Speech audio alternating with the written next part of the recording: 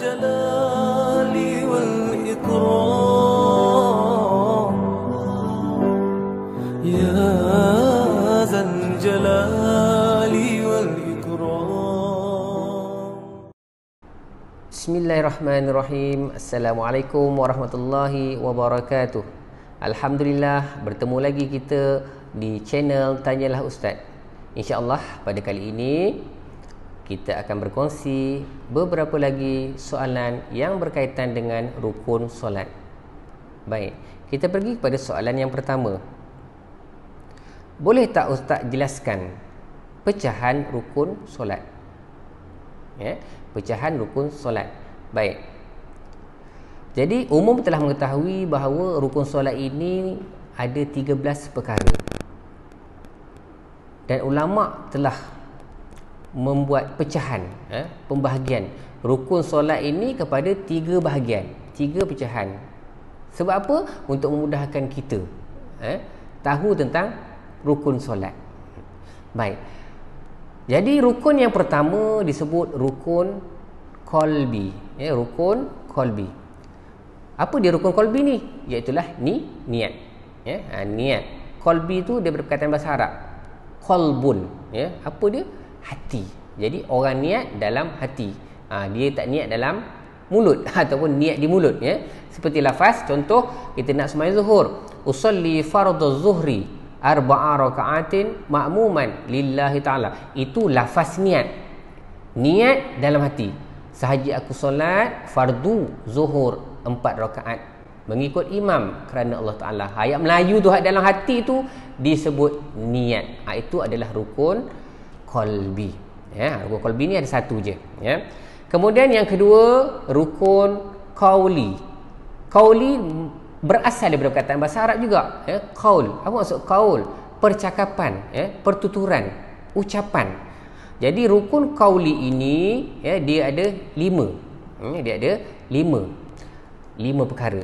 Apa dia? Yang pertama, takbiratul ihram, iaitu lafaz Allahu Akbar. Lafaz Allahu Akbar itu termasuk dalam rukun qauli.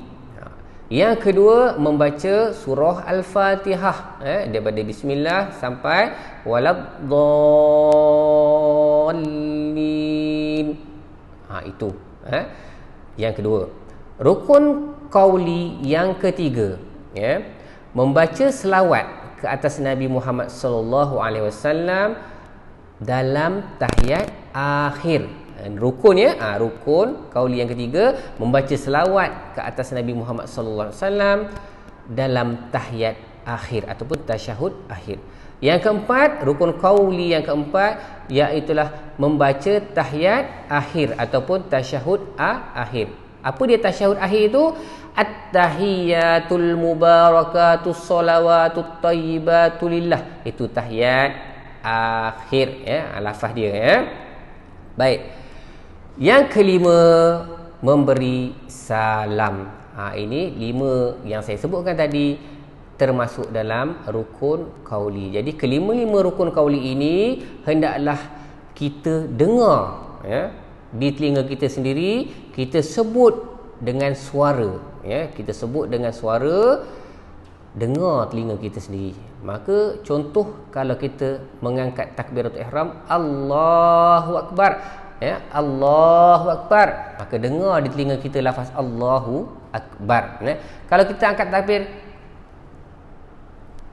tak dengar lafaz Allahu Akbar itu, maka solat kita tidak sah, kerana rukun qauli ini wajib didengari oleh telinga kita sendiri. Baik. Yang ketiga, rukun fi'li. Tadi qalbi, qauli, fi'li. Rukun fi'li ni rukun yang menyebabkan perbuatan, pergerakan kita dalam solat. Contoh dia apa? Dia ada 6 perkara. Yang pertama, berdiri tegak ataupun berdiri betul bagi mereka yang mampu berdiri. Itu perbuatan berdiri itu adalah termasuk dalam rukun fi'li. Kemudian kita rukuk. Rukuk. Seterusnya yang ketiga, i'tidal, bangun daripada rukuk, termasuk dalam rukun fi'li, rukun yang melibatkan perbuatan. Seterusnya, duduk antara dua sujud, ya. Semula, rukun fi'li yang pertama tadi berdiri tegak ataupun berdiri betul. Yang kedua, rukuk. Yang ketiga, i'tidal. Yang keempat, sujud dulu. Sujud dulu, Yang keempat, sujud, sujud yang pertama, sujud yang kedua, itu termasuk dalam rukun fi'li. Kemudian yang kelima, duduk antara dua sujud. Yang kelima, duduk antara dua sujud, termasuk dalam rukun fi'li juga. Dan yang terakhir, duduk tasyahud akhir, duduk tasyahud akhir atau duduk tahiyat akhir, dalam keadaan kita duduk itu adalah rukun. Jadi rukun qalbi ada satu, rukun qauli ada 5, 1 tambah 5 jadi 6. Kemudian rukun fi'li tadi ada 6. Jadi 6 tambah 6 12. Tadi ustaz sebut 13. Hak mana yang tertinggal? Iaitulah tertib. Jadi tertib ini dia boleh masuk pada mana-mana antara rukun fi'li ataupun rukun qauli, tertib. Jadi selesai 13 rukun dengan 3 pecahan rukun yang besar, Baik. Seterusnya, soalan yang kedua. Sah atau tidak jika kita mengangkat takbiratul ihram tapi kita tak dengar lafaz Allahu Akbar, di telinga kita? Maksudnya sebut tanpa suara. Tadi dah jelaskan tadi, kita mengangkat takbiratul ihram, tapi tanpa dengar suara. Kita ni manusia yang sempurna. Kita boleh bercakap, orang dengar suara kita. Tapi ketika mana kita nak solat, mengangkat takbiratul ihram, Allahu Akbar, lafaz Allahu Akbar itu kita tak dengar, kalau kita tak dengar, orang sebelah lagi tak dengar, jadi orang sebelah tak dengar tak apa, kita tak dengar, masalah pada solat kita. Jadi kita dah sebut tadi, lafaz Allahu Akbar, takbiratul ihram itu termasuk dalam rukun qauli. Bila rukun qauli, wajib kita lafazkan dengan suara, dengar dengan telinga, maka kalau kita tidak lafaz dengan suara, tak dengar dengan telinga, maka solat kita tidak sah, kerana rukun itu adalah sesuatu yang wajib kita laksanakan dalam solat, Baik. Seterusnya, soalan yang ketiga, dia tanya, bagaimana pula bagi orang yang bisu, nak baca rukun qauli dalam solat? Yalah, orang bisu, nak cakap pun tak boleh, bisu, tapi bila dia sembahyang macam mana? Rukun qauli nak kena ucap, dengar suara, dengan telinga. Kena pula bisu dengan pekak, bagi orang yang bisu ataupun orang yang pekak, maka rukun qauli ini wajib bagi dia laksanakan dengan cara menggerakkan dua bibir, contoh, saya ni bisu, contoh, bukan betul-betul. Saya bisu, maka saya nak mendirikan solat, seperti orang biasa, maka Allahu Akbar, tapi bisu, tak ada suara. Macam mana? Takkan nak bunyi tak boleh, Jadi dia sekadar wajib menggerakkan bibir, dua bibir saja, wajib dia menggerakkan dua bibir tanpa suara, menggerakkan dua bibir dengan niat dalam hati Allahu Akbar, dilafazkan, tapi tanpa suara. Bibir kena gerak, bagi orang yang bisu ataupun pekak, Baik.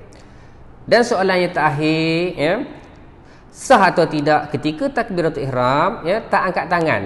Ni tadi, ketika takbiratul ihram, kita tak angkat tangan, Allahu Akbar, tangan tak angkat ni, tangan biasa kita sembahyang Allahu Akbar, kita lafaz Allahu Akbar, tangan kita angkat. Tapi yang ini malah angkat tangan, sah ke tidak solat kita? Solat tetap sah, tapi perbuatan itu makruh, walaupun ada pandangan kata mengangkat tangan ini hanyalah sunat, maka tak angkat tak apa. Tapi ada sebahagian pandangan kata makruh kita tidak mengangkat tangan ketika takbiratul ihram, yang mula-mula solat tu, Baik. Jadi sekadar itu dulu, perkongsian ustaz pada siri kali ini. Kita bertemu lagi dalam siri-siri yang akan datang. Wabillahi taufik wal hidayah. Assalamualaikum warahmatullahi wabarakatuh. Betulkan yang biasa, biasakan yang betul. Jom beramal.